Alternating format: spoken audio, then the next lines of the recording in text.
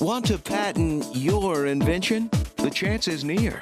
You've given it heart. Now get it in gear.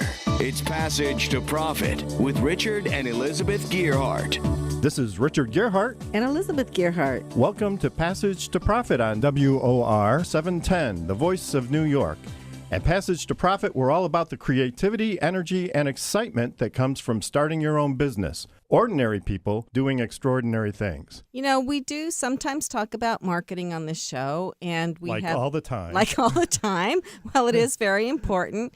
And that's because you do marketing, right? Yes, exactly. But it's not a coincidence. Our guests keep coming back to it, like different shows, even if they're not a marketing company. Everybody seems to come back to the marketing and how it helped them grow their company. And it really is one expense that a company can't do without. Yep, absolutely. When I interviewed Dave Van Egmond from FanDuel at the New Jersey Technical Conference Venture Summit, he said one of the reasons they grew so fast was that they blew out their marketing. He mentioned 4 or 5 different platforms that they used. So what is marketing exactly? Well, I never really knew when I was younger. I worked in the chemical business, and I was like, what do they need marketing for? They need the research that we're doing.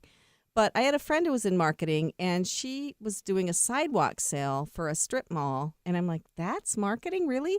And what I've realized since then is that marketing is just getting your name out there and getting known so leads will come into you and sales can close them. Yeah, and preferably that's going to happen in a good way, right? Not getting arrested or falling into a lake or something. So with so much media out there these days, you never know what's going to go viral. And going viral, but in a good way, is what we all want for our businesses. It's really hard to stand out from all the noise out there. And you really have to be innovative to be seen. Fortunately for you, our guest this evening is Andy Randazzo, who knows all about marketing innovation and can advise our listeners on the do's and don'ts about marketing. Welcome, Andy. Thanks for having me, guys. Great. So tell us about what you do. Marketing pretty much sums it up. Marketing is what we do. And I know that Elizabeth said that it's an expense. A lot of times we look at it as more of an investment than it really is an expense, because it's one of those things that you have in business that actually makes you money rather than an expense that it just kind of goes away. So it's really an investment in your business. So the hard part, and I've seen other people struggling with this as I've done research on it, is really figuring out the return on your marketing, the ROI, because people will come and say to us, oh, I saw you on the internet. It's like, well, which platform? And they don't know. Yeah. I mean, it's hard to quantify all the different kinds of media and what makes sense. And what is that ROI? Because somebody may look at like a Google ad and then they call you up on the phone.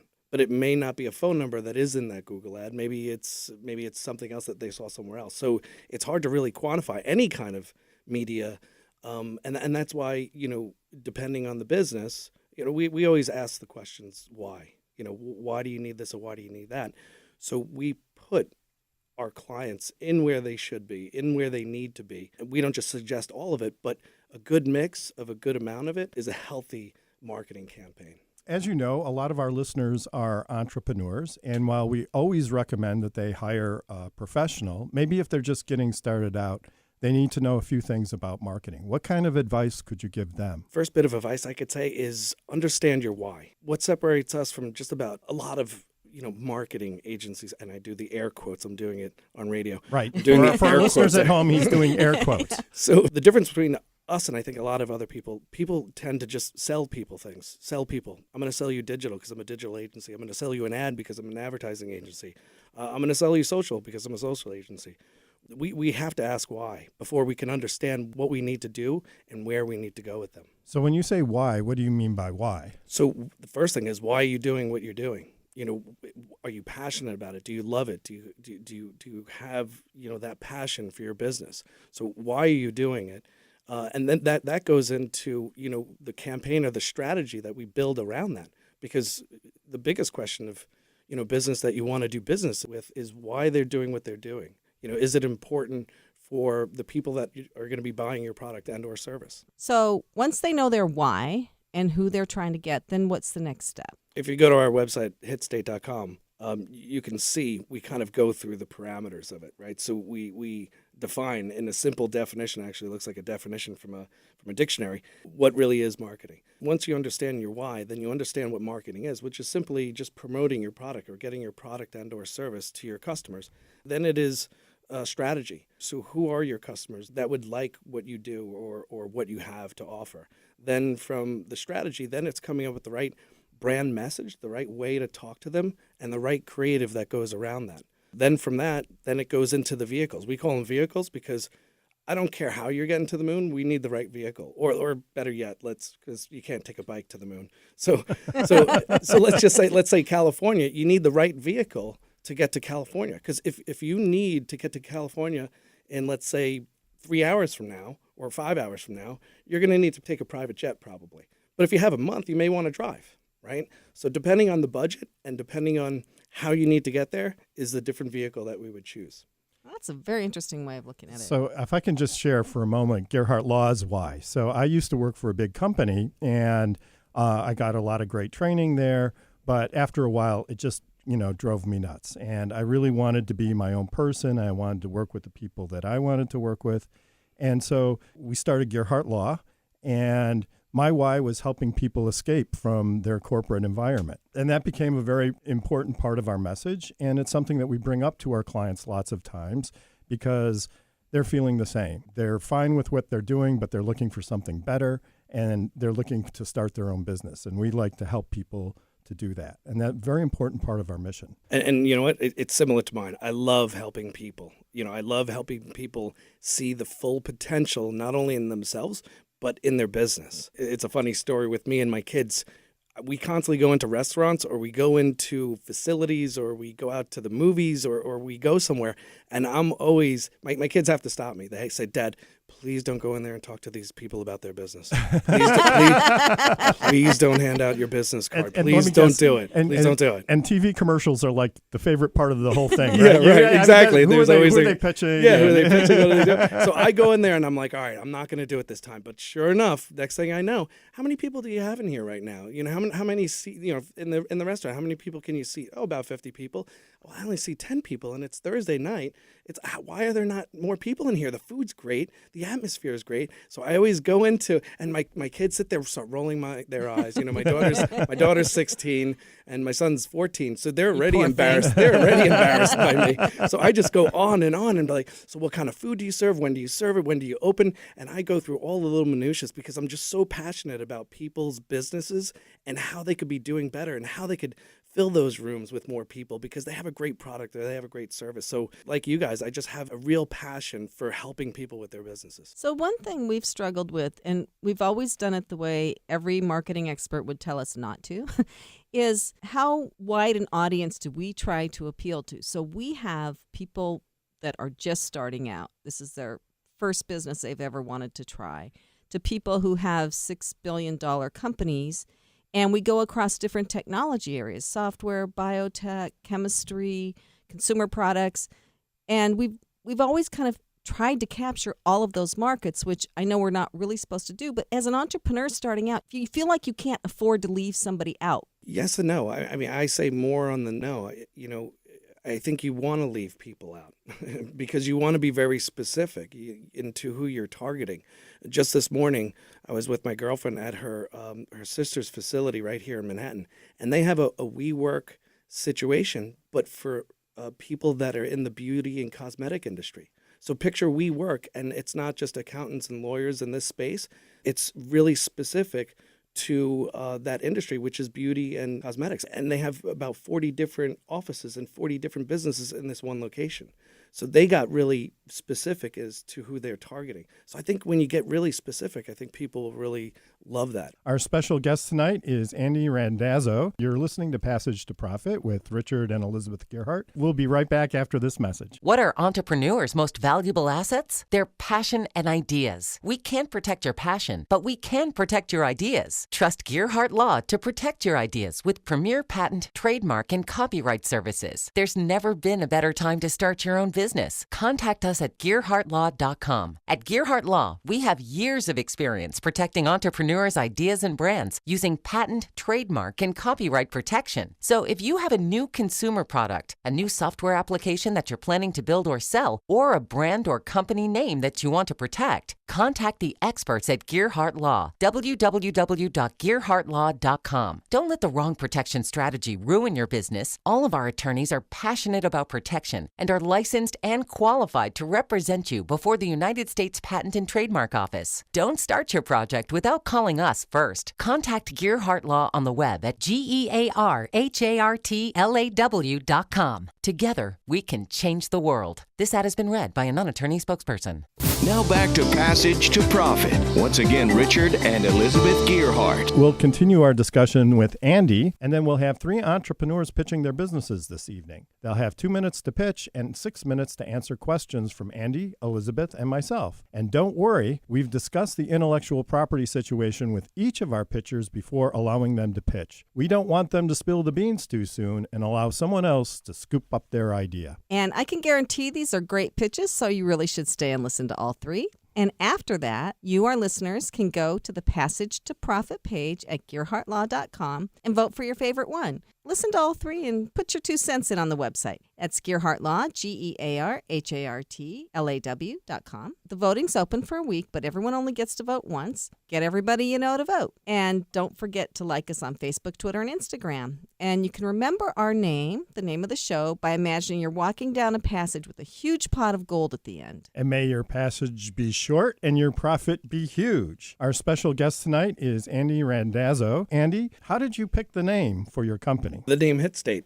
It's actually a funny story. So it's an old web term. It really goes around Flash, and it's funny because everybody right now out there, they're using a hit state probably at least once an hour or once every 5 minutes, sometimes like every second. How is that possible? What a hit state is, if you look at HitState.com, you go to our website, it's defined there. So a hit state is a place, an area on your phone or on the screen or on your laptop, a place where a button has an action.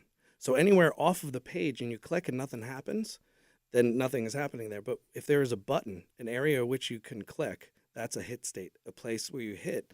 I never knew that. And that sounds like a very highly technical term, hit state. It is a little bit of a technical term. But it's a great name for a marketing business, it's a right? Great name, because yeah, you want to be hitting that target. You're hitting the target, and it's like the state of marketing. You're hitting the target, and that's exactly where we got it from. So we like the name HitState because nobody really knew about it, and nobody understood really what it would be. So it's kind of like under the rug, for lack of a better word, but then it actually meant something. That's fantastic. I mean, one of the great things about marketing, or one of the fun things, is coming up with hooks where what you say creates a hook, an emotional reaction for the prospective purchaser, which is what HitState does, right? So that's very cool. Yeah, absolutely. I mean, we always try to tie in what we're saying and what we're doing for a client, and we tie it into something that's relatable to them. So for instance, if we're doing a trade show for somebody, we're not just going to say hand out a pen, right? Ugh, every time people just say, "Oh, we're handing out pens," and we do pads. that. Don't do that. Okay, well, I'm going to throw out all the pens. If you guys are doing intellectual property, maybe it's something that's geared around that, and maybe it's something that is around gear, right? Well, so something that you cool. hand out that relates to that. We could hand out free patents. Right? I don't think so. Go broke pretty fast doing that. Exactly. So for my girlfriend, for instance, being that she's a writer, I would say hand out pens, right? But don't just hand out any kind of pen. There's a certain kind of pen that you want to hand out that is related to your brand. And her brand is more about like glitter and things like that. That's awesome. Do you have other tips? Yeah, I've got tons of tips. Well, let's hear them. So, I mean, I could go on and on with tips. And, you know, a lot of these tips, they're related to industry. So we don't just delve out tips, right? So we want to understand who you are, what you do, and how it's related to your business, right? So a good tip is what we were saying in the beginning, is really understand your why, right? Really understand your why. Then go into your messaging and what your strategy is and who you're talking to. If you go to our website, hitstate.com, it'll just walk you through the different things that you need to kind of start with. Start with your why, then go into strategy, then your message and what your brand should look like and feel like for your customers. Then go into, okay, is it going to be a postcard? Is it going to be a TV commercial? Is it going to be video? Is it going to be digital, social? What about direct mail? You know what I mean? And print. You don't want to forget about those things, because in your particular industry or with your particular customers, they may want to see a piece of direct mail. They may want to see an ad in a trade publication rather than something that's digital. And the funny thing is that direct mail is doing really, really well these days because people are tired of seeing stuff in their inbox. Direct mail is doing better probably than a lot of digital and social campaigns. That's really interesting. I mean, it is really tempting to focus and rely on social and email marketing just because of the cost. It's really not that expensive, and everybody sort of fantasizes that they're going to get this big reach and they're not going to have to pay too much to get there, right? So all of the other traditional avenues for marketing tend to be kind of secondary because there's so much going on with social. Yes and no, because I have to say, so what are those results? And the great thing about digital is that you can track it. You can track every little click to a phone call, to a promotional, to a code. You can track all those things. But the funny thing is that it's so saturated. And I'm not saying don't do digital. That's not what I'm saying. It's just that people dismiss everything else because it's all in on digital. It's like going to the roulette table and putting your 1,000 chips on 21. It's like diversify, put some of it around here, put some of it in digital and social, but then also put it in print and direct mail. And then what about events? That's the best way to get in touch with your customers. And email, people forget about email. Email beats any ad campaign out there, hands down. Email is like the leader. If you have a good email list, it's the leader in getting the best results. Wow, that's really interesting. I had read that years ago in a book that if you're going to do anything, the first thing you need to do is build your email list. But that's kind of dangerous now. I mean, you have to get people's permission, right? You have to ask them, can I send you my newsletter or whatever? And buying email lists was hot for a while. Now it's a big no-no, right? Yeah. You want to cultivate your list. You want to have it be organic. You want to have people sign up to your list because you have good content. I know I get emails from certain places, and I know I want to see those, like whether it's Ad Week and seeing, the Cannes Film Festival and a lot of different places, because I like seeing that. I like going through those emails. But yeah, you definitely don't want. You can buy lists because you're in. If you want to get started, it's okay to start with a bought list, but probably most of the time that we see, half of that list drops out because they're like, whoa, we don't know who you are. And that's what happens when you buy a list. So half of it drops out immediately. Maybe you'll be able to keep 15, 20% of that over the campaign or over the course of a year, but then you start cultivating it from that. So what's a good open rate for an email campaign? I guess it depends on everything. Depends. Yeah, I mean, so an average can be like 2-3%, and that's good. That's actually good.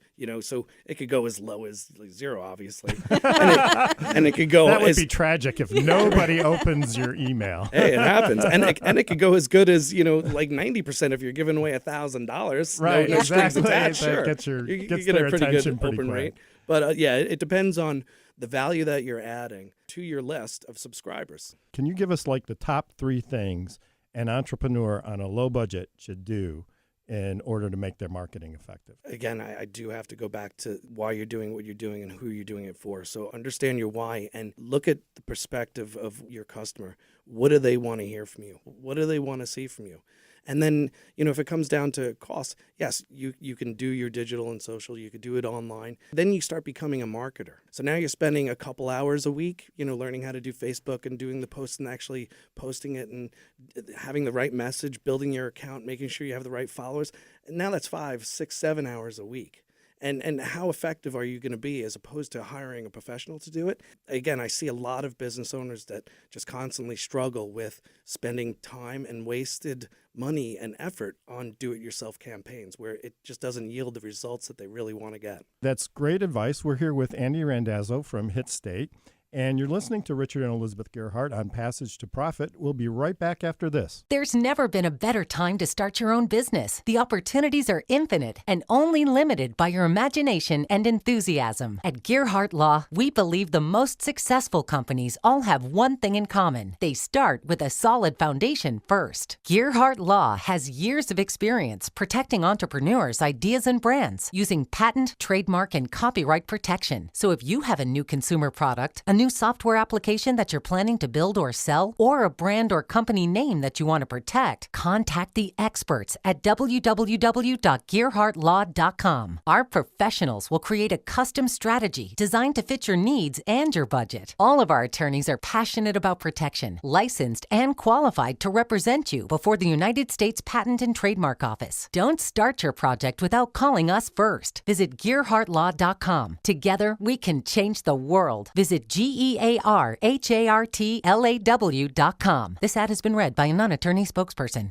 Passage to Profit continues with Richard and Elizabeth Gerhart. Now, for the pitches, remember at the end of the program, go to the Passage to Profit page on the Gerhart Law website where you can vote for the pitch you like best. And all the way from Staten Island, our first pitcher is Jeannie Asante. You have 2 minutes. Go. So, hi, everyone. My name is Jeannie Asante, and I am from Staten Island, New York. I'm excited to be here in this radio station and Iheart with the Gerharts, and I'm thrilled because my business is turning expenses into income. And anyone out there who has expenses, let me know. Come see my website at www.idreamofjeannie, all lowercase, at acnibo.com. So what do? What I do is I take a look at what you're spending your money on. I take a look on how to take care of your telecommunication, your essential services, and your energy. I take a look and see how you're paying for it. I take a look and see if we can turn that into an income for you rather than an expense. How exciting would it be to make money on the things that you are going to pay for the rest of your natural days? Very exciting. Very exciting, I know. Because no matter what you do, no matter where you go, no matter what day it is, and no matter how often you get there, you are going to pay for these services every day, every month.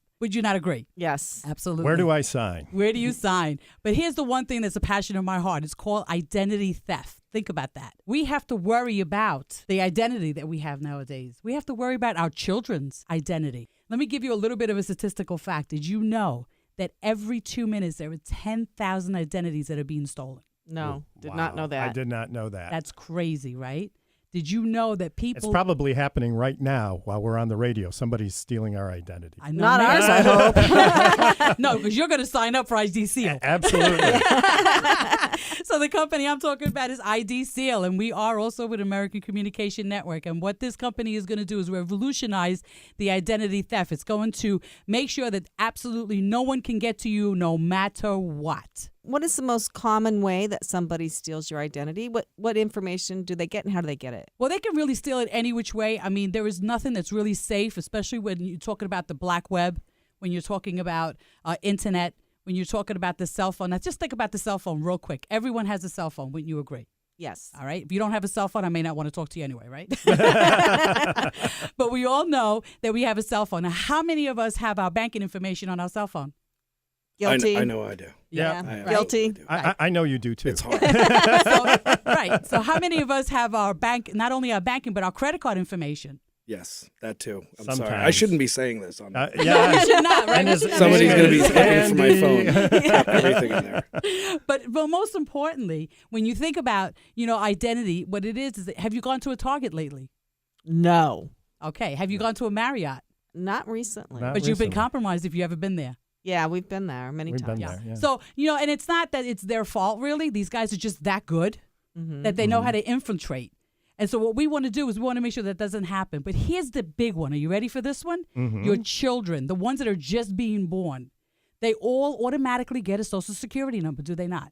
Yep. They definitely get a date of birth. Yeah. And they get a name. Yeah. Right? They definitely get a date of birth. They definitely get a date of birth. But here's Sometimes what, they get called Hey You, but they do have a name. well, you know what? They can steal that too. No. But, most importantly, here's what happens with that. You have someone who was just born, let's just say right now. When is the first time they're going to look at their credit report? Oh, I- 20. Probably in their 20s, right? Yeah. In their 20s, I know, right? So they have a good solid 20 years of taking that person's social security number, date of birth, their name, and just doing whatever they want with it until you even think about trying to use it. Yeah, that stinks. Now- You know what's funny? I had my brother and our identity got mixed up, our social security numbers. You know why? Why? Because I'm Andy Randazzo and my brother's name is Randy Randazzo. Oh my God. That's not a joke. That's a recipe I'm really for serious. disaster What are your right parents' there. names?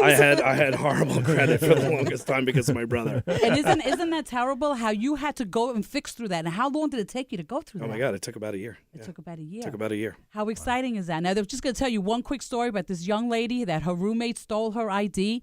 Really exciting because guess what? She got a knock on the door one day. A couple of years later, police were there to arrest her because she did something wrong, according to them. Wow. She spent the weekend in jail because the woman took her social security number, her name, and her ID. So how did that happen? Well, the roommate apparently took the information. She went out and she used it. She did criminal acts. And when they came looking for the person, who do you think they came looking for? The real Jane Smith. Wow. Wow. You're scaring me now. I'm sorry. I didn't mean to scare you. But I do want to make an awareness of how important it is to make sure that you protect yourself and your children and your grandchildren. So important because I don't think that they're not even hitting the surface yet. Yeah. So how do we protect ourselves? What do we do? So what you can do is you could sign up for ID Seal, and you want to go to I Dream of Jeannie, all lowercase, at IBOACN.com. Sign yourself up. You have two different ways to sign yourself up. You can do an individual, or you could do a family plan where you could put on at least 10 children. Think about that. Somebody having 10 children, right? So, It happens. So what do you do? What do you do when you're there? well, you would search through and see what's best for you. Is it best for you to do an individual plan, or is it best for you to do a family plan?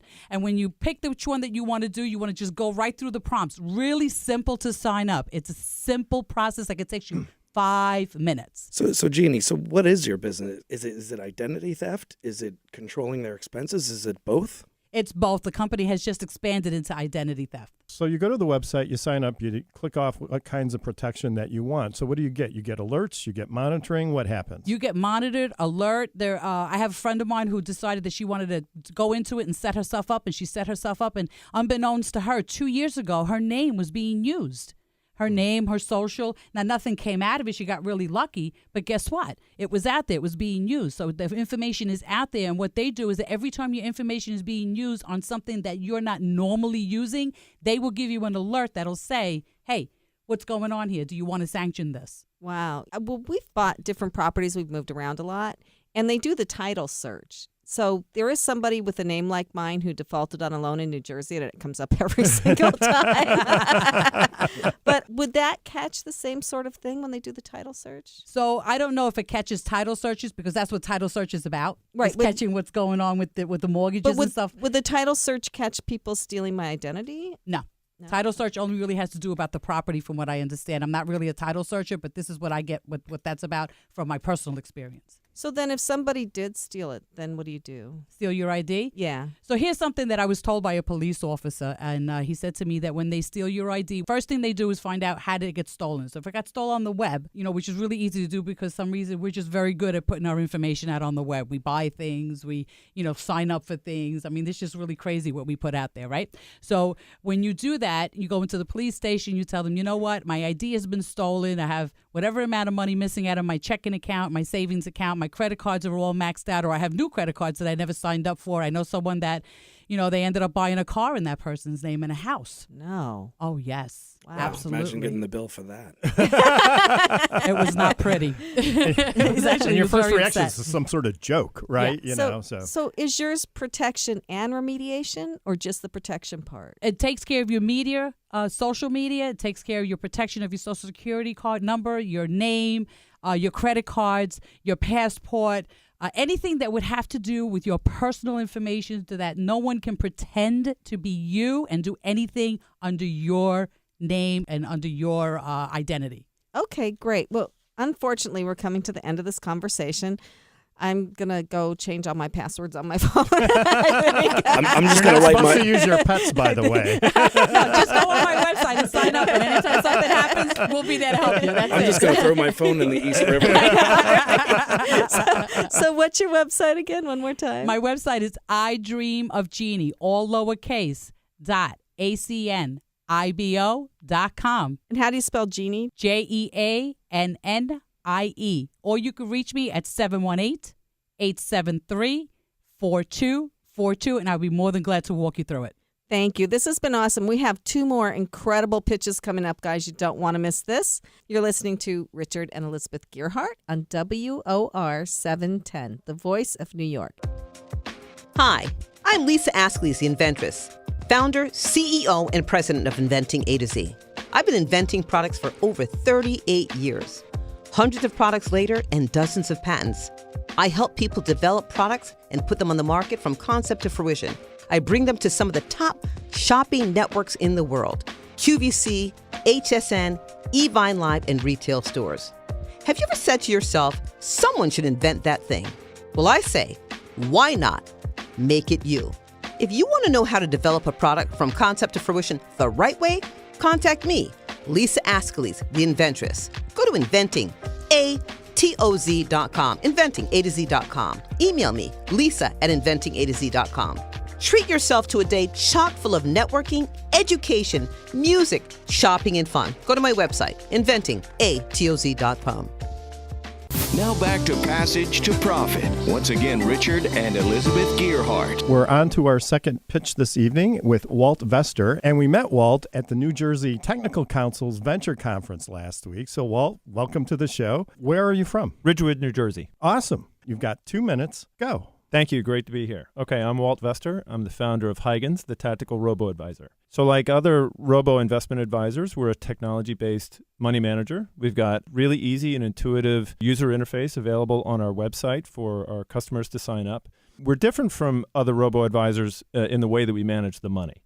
So everything we do is designed to protect against downside risk and to enhance total return that our customers get. Let's first talk about what a robo-advisor is. It really is just a very basic investment manager. It puts you into a portfolio that's matched to your needs, puts you into a portfolio of low-cost ETFs. What's an ETF? An exchange-traded fund. So, so for instance, like the... Fortunately, you don't work in a profession that has a lot of jargon, right? I only know how to spend money, not invest it. Okay. So stock ETF, like the S&P 500 index ETF, gives you exposure to the U.S. stock market. Okay, and a portfolio from a robo-advisor will give you a bonds ETF, a stock ETF. It'll give you one for the U.S. and for international markets. The theory behind it is that you should just have your money in all of those ETFs, and as they fluctuate in value, rebalance the portfolio, and over time, those asset classes that have fallen will eventually rise again in price. And it's a pretty straightforward business model. The problem with it is that in a stock market sell-off, really, clients have a really hard time keeping their money invested in that. They get scared and they decide, you know what, I'm taking control over this thing and I'm just moving all my money into bonds, or I'm taking my money out of the account. And we really know that in a stock market sell-off, there are no buy and hold investors. People can say they will be, but in a tough situation like that, they aren't. So I was just describing what a basic robo-advisor does, and most of the robo-advisors out there are like that. That's called passive.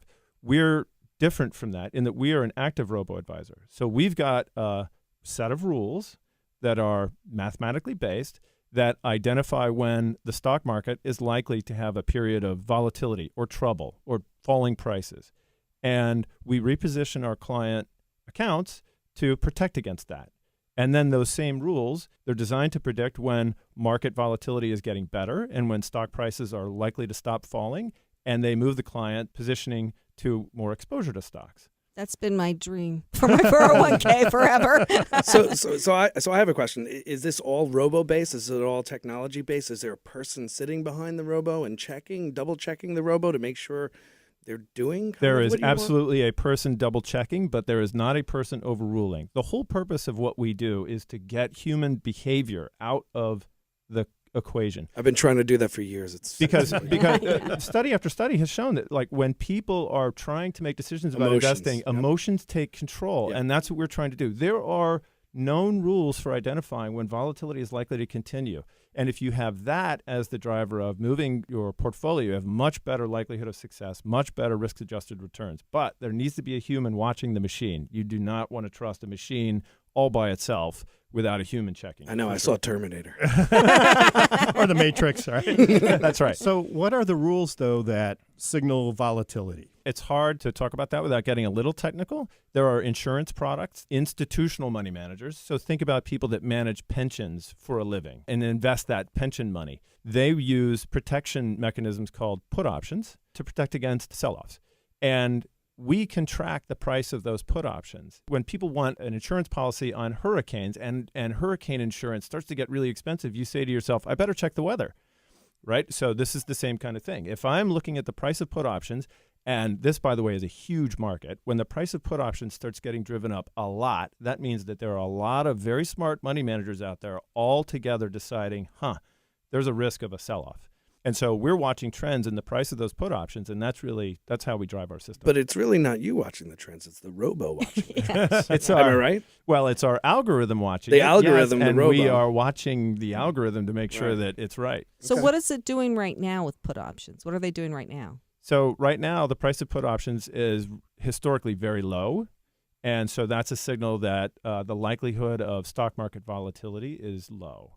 And it's interesting. That changed very quickly after December of 2018. You remember how bad stocks sold off in December of 2018? You saw it all over the news. Right. So in that quarter of 2018, our system had said, this is coming. And then on January 7th, our system said, okay, it's over. So it's like a genie. It tells you the future. You have the magic beans, and you can. So how does this work for your clients then? If there's a sell-off that's coming predicted, are their funds automatically rearranged, or do they get an email saying you better rearrange your funds, or how does that work? So our rules run each day, and when, let's say, a decision is tripped to move to a defensive positioning. So that happens next day at the market open. Our customers know about it. They get a notification about it, but they don't have to do anything. It gets handled for them automatically. We also, by the way, we tweet out our signal. So that's one of the ways that people can follow us. We haven't talked about how people can get a hold of us, but one of the things you can do is follow us on Twitter and see what our signals say. What's your Twitter handle? At Huygens Capital. What does the signal say? Like what? It's on off. Think of it as risk on, risk off. You hear that term in the news, right? So ours is we actually use the word defensive and offensive, right? So when our signal is saying offense, that means you should be exposed to stocks. When we say defense, it means you should be in bonds. And Huygens is not spelled the way it sounds. It's Huygens. Yes. And we took that name from an Enlightenment era mathematician who's the father of probability theory. And so it's a really that's simple kind term. Of a kind of geeky way to pick a name. Mr. Marketing Expert, what do you think about this I think it was brilliant. I was really worried you were going to render judgment on that. I love it. I'll tell you something else. So he invented systems for doing things a lot better. He invented the telescope that allowed him to discover the rings of Saturn and discover the largest moon of Saturn. He also invented the pendulum clock, which made about a 10x improvement in telling time. And so we think we've done something similar with the way we invest. So what is your success rate? I mean, how well does this actually work? How well are you doing? So it's a good question. And the way to think about what we do is we're designed to give our clients participation in the rise of markets and protection from the fall. Now, can we protect against 100% of that fall? No. The best way to see how we've done that is to go to our website. There's a page that shows our results. And the answer is it was quite good in 2018. And over the course, we've been in business and doing this for 4.5 years. And you can see, we've got in rising years in the stock market, we've got good returns. And when the trouble happened in Q4 of 2018, we did quite well in protecting against that. So how did you get into creating this technology? Okay, so I'm an engineer by training. And then I actually worked as an engineer designing algorithms for the military for several years. And then I took a right turn and went into business. I ended up in finance for about a decade. And the large institutional money managers where I worked didn't let me invest in stocks because it was likely that they were either invested in the stocks or had inside information. So the only thing I could invest in were these index ETFs. And so then I developed a system based on my algorithm history. I developed a system for how to maximize my returns using those instruments. So you were actually the one to write the code for this? I wrote all the code. So there's a really neat widget we have on our website that allows you to design your portfolio yourself, how much passive you want in your portfolio, how much active, and I designed that app as well. So you come to our website, you read about what we do, and then we require you to answer a few questions. It's called our Portfolio Builder app. Answer questions about your situation and then tell us, what do you want in your portfolio? Do you want passive? Do you want active? Do you want U.S. exposure? Do you want international? And then after you've answered those questions, we can tell you, here's a portfolio that fits your needs. Here's what you should expect for a target return. And here's what you should expect for volatility. I love that, seeing the future before it actually happens. I do too. So in one sentence, Walt, really, what differentiates you and makes you the best one out there? It really is our active management of our clients' assets, designed to protect against downside risk and designed to enhance their total return. That's really, if I'm a customer looking for a robo-advisor, that's what I'm looking for. Well, that's absolutely fantastic, Walt, and it's a fascinating project, and I'm surprised some big hedge fund hasn't snatched you up by now. But if we want to learn more, how do we contact you again? So there's two ways to do it. You can just go to the Google search bar and type Tactical Robo-Advisor. We'll show up as the first name on the list underneath those ads. Or if you want to go directly to our website, it's HUYGENS capital.com. That's Walt Vester from Huygens Capital. You're listening to Passage to Profit. We'll be back after this message. What are entrepreneurs' most valuable assets? Their passion and ideas. We can't protect your passion, but we can protect your ideas. Trust Gerhart Law to protect your ideas with premier patent, trademark, and copyright services. There's never been a better time to start your own business. Contact us at GerhartLaw.com. At Gerhart Law, we have years of experience protecting entrepreneurs' ideas and brands using patent, trademark, and copyright protection. So if you have a new consumer product, a new software application that you're planning to build or sell, or a brand or company name that you want to protect, contact the experts at Gerhart Law. www.gerhartlaw.com. Don't let the wrong protection strategy ruin your business. All of our attorneys are passionate about protection and are licensed and qualified to represent you before the United States Patent and Trademark Office. Don't start your project without calling us first. Contact Gerhart Law on the web at GERHARTLAW.com. Together, we can change the world. This ad has been read by a non-attorney spokesperson. Passage to Profit continues with Richard and Elizabeth Gerhart. We're on to our third and final pitch. I think that we are just having amazing pitches tonight, and this one's going to be great too. So all the way from Brooklyn, New York, we have Steve Schultz. You have 2 minutes, Steve. Go. Brooklyn in the house. So I'm Steve Schultz. Thank you for having me. I'm the CEO and founder of Soundings. And Soundings solves the royalty problem for indie labels, distributors, and artists. And by doing that, we enable labels and distributors to provide more value to their clients and artists to get paid more reliably. So what's the royalty problem? It's increasingly easy for artists to self-publish and self-promote, but this generates a lot of data coming back from the iTunes and Spotifys and Pandoras of the world, all the regular-sized gorillas too. These are called DSPs, online places where consumers buy music, and there are a lot of them. Then there's the Shopify site, got to sell those t-shirts, and the tour operator and the Facebook page and a whole host of other revenue or data sources. It's a lot of data, and this is a friction problem. Meanwhile, it seems an open secret in the music industry that labels receive more royalty money from the DSPs than they're able to effectively track. Everyone just accepts that, and everyone seems to know that the artists end up getting shorted.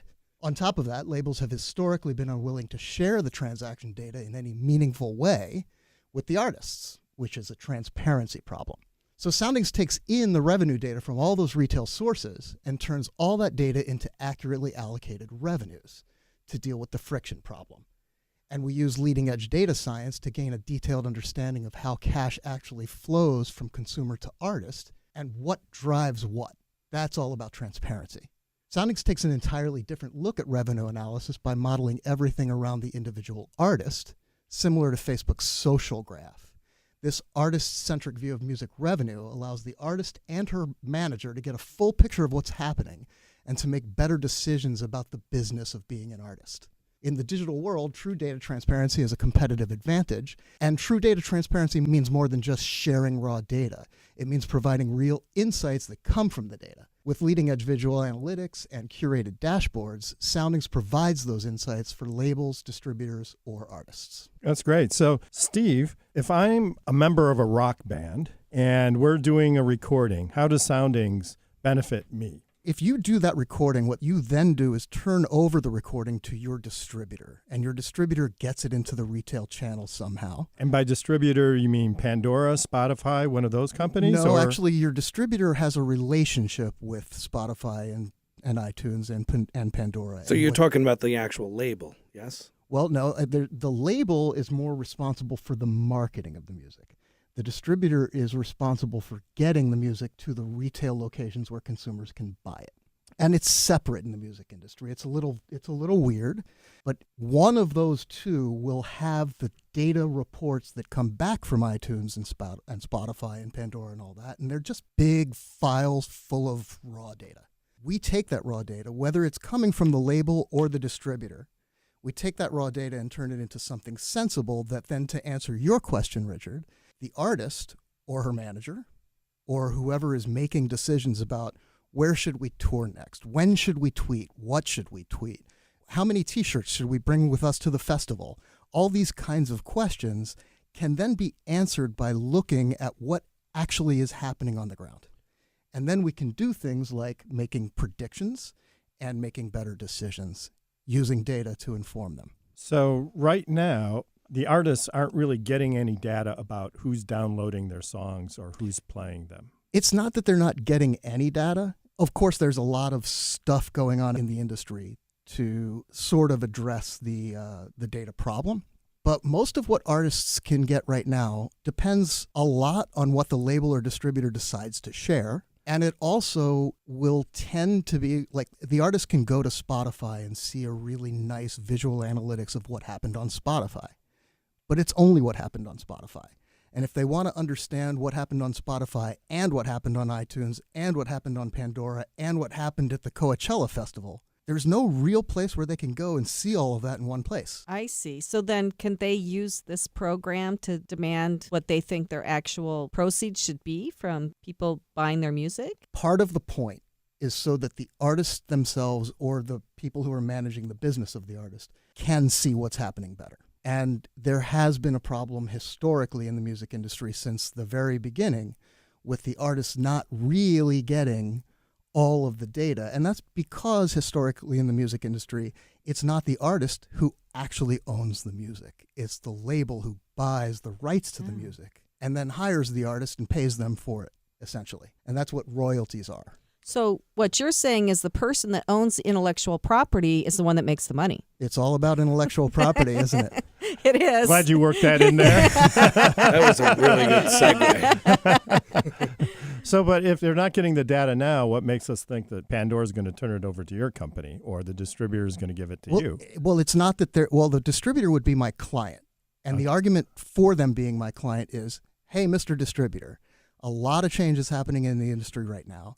And you need a new set of products and services to offer these artists who have all kinds of different options to do the things that traditionally you've done for them. So I got a question. So what do people do right now? So do people look at Pandora and they look at all these different vehicles and then they kind of put it all together in their own spreadsheet or what have you? Right. And that's a great question. And the answer is it depends. The really big, the major label has less of a problem with this than the smaller indie artists. But don't they have to do the same thing? They have to get all these different data sources from different places and then put it all together in a spreadsheet, let's say, and say, this is what we have. That's exactly right. And the answer to your question is there's a wide range of how people are handling that, all the way from they're just kind of not handling it and hoping it magically solves itself, all the way through pretty sophisticated solutions. We're one of those sophisticated solutions, but we're aiming it at the indie market. I think that most of the sophisticated solutions right now are aimed at much bigger acts. So, Steve, how did you get into this business and how did you get started on this project? Well, I have a long background in data analysis and applying that to business scenarios. And I had a client who I was doing just strategy work for, who's a label and distributor, an indie label and distributor. And they came to me with the question that Andy was basically asking about, which, they came to me and said, we can't do this in Excel anymore. What do we do? So like your previous guest, I actually sat down and wrote some code to do that. And I built a product in a statistical programming language called R. And it takes all of that data in, centralizes it, normalizes it, and turns it into a dashboard. So I have another question. So who's going to be buying this? Is it going to be the labels? Is it going to be the distributors? Who's going to be buying this software? Well, I think initially, The longer-term strategy is for this to be what's called a SaaS application, which means software as a service. And eventually, I think that our cost structure will come down enough that individual artists and their managers can sign up for it for whatever it is, $10 a month. Right now, though, our primary target is the indie distributor and indie label. Is the software all written now? Is it Yes. done? So have you had anybody try it yet? Yes. And have they had success? Yes. Did they use it to track their marketing What effort? what they're really using it for is to just generate the monthly reports that they send out to their artists saying, here's how much we owe you and here's the check. Oh, that's great. But what I saw as the opportunity was, hey, just a report that gives you a top line number and a check attached is woefully insufficient. So I want to make it better. So you were saying, though, that it could tell you, like, how many people came from Coachella, how many people came from here, how many people came from there. Is it doing that? Well, let's make the example more about streaming and downloading music. So what we can do is any piece of information that's in the raw data, we can use to segment the data and make pictures of it. It's kind of hard to explain the pictures of the data on a radio show, but we specialize in taking the data and making intelligible pictures out of it. I can see how this will be really popular, especially with the smaller artists. So, well, as my people say, from your lips to God's ears. So you are listening to Passage to Profit on WOR 710, the voice of New York. There's never been a better time to start your own business. The opportunities are infinite and only limited by your imagination and enthusiasm. At Gerhart Law, we believe the most successful companies all have one thing in common. They start with a solid foundation first. Gerhart Law has years of experience protecting entrepreneurs' ideas and brands using patent, trademark, and copyright protection. So if you have a new consumer product, a new software application that you're planning to build or sell, or a brand or company name that you want to protect, contact the experts at www.gerhartlaw.com. Our professionals will create a custom strategy designed to fit your needs and your budget. All of our attorneys are passionate about protection, licensed and qualified to represent you before the United States Patent and Trademark Office. Don't start your project without calling us first. Visit GerhartLaw.com. Together, we can change the world. Visit GerhartLaw.com. This ad has been read by a non-attorney spokesperson. Well, we've come to the end of our presentations this evening, and they were all fantastic. Yeah, this was some really interesting stuff. They were all pretty tech heavy, but I think now, like, I know how to market, kind of, not really. I know to hire an agency, and I know I need to wipe all my passwords off my phone. I know how to go to somebody who can tell me how to manage my money. And if I were an artist, wow, I'd really be looking out for this last thing. Yeah, absolutely. Sounds like it's a good way for the artist to make a little bit more money. So totally awesome. So everyone, remember to go to the Passage to Profit page now at the GerhartLaw.com website. That's GerhartLaw.com, and vote for your favorite project. So to summarize, we had Jeannie Asante with idreamofjeannie.acnibo.com. And then we had Walt Vester with Huygens Capital, HuygenScapital.com. And finally, Steve Schultz with Soundings-Logic. So Soundings and then a dash and Logic. So they were all fantastic. If you're just tuning in now and didn't hear them, the podcast will come out and you should listen to the podcast because these were great pitches. And if you are listening, now Google Passage to Profit and make your choice. Remember, you can only vote once, and you have until next Sunday at 7 p.m. to vote. This evening's pitch contestants will receive a Passage to Profit t-shirt, and the best overall vote getter for the show will receive an Amazon gift card valued at $25. Before we sign off, we really want to thank everyone who participated today. We just love hearing these pitches every week. We feel like we're looking into the future. And actually, that Robo app does look into the future.